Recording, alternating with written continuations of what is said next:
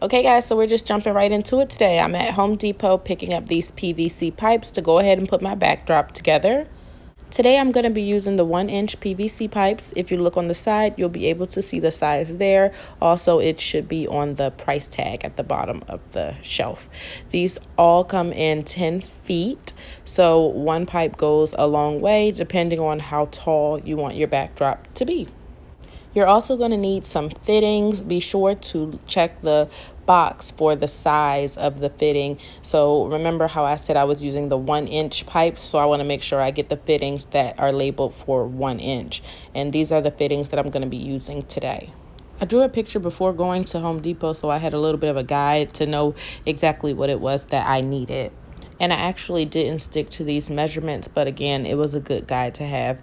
So go ahead and measure out all your pieces, and once you've done that and you've marked where you need to cut, you can go ahead and start cutting.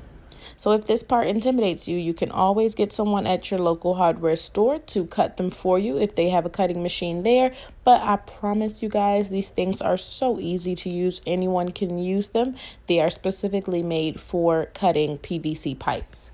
After you've gone ahead and cut out all your pieces, the hard part is over. All you need to do now is go ahead and put your backdrop together. I just love using these PVC pipes for backdrops because they're so versatile. You can really pick and choose how long you want your pieces to be, how tall, how wide. This time I was using this for a party, so I wanted to use it for like a photo booth session.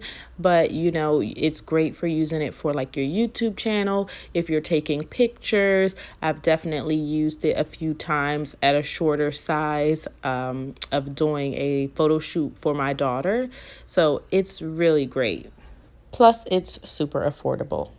Well, I hope you all enjoyed this video. Leave a comment below for additional questions and check the description box for more details.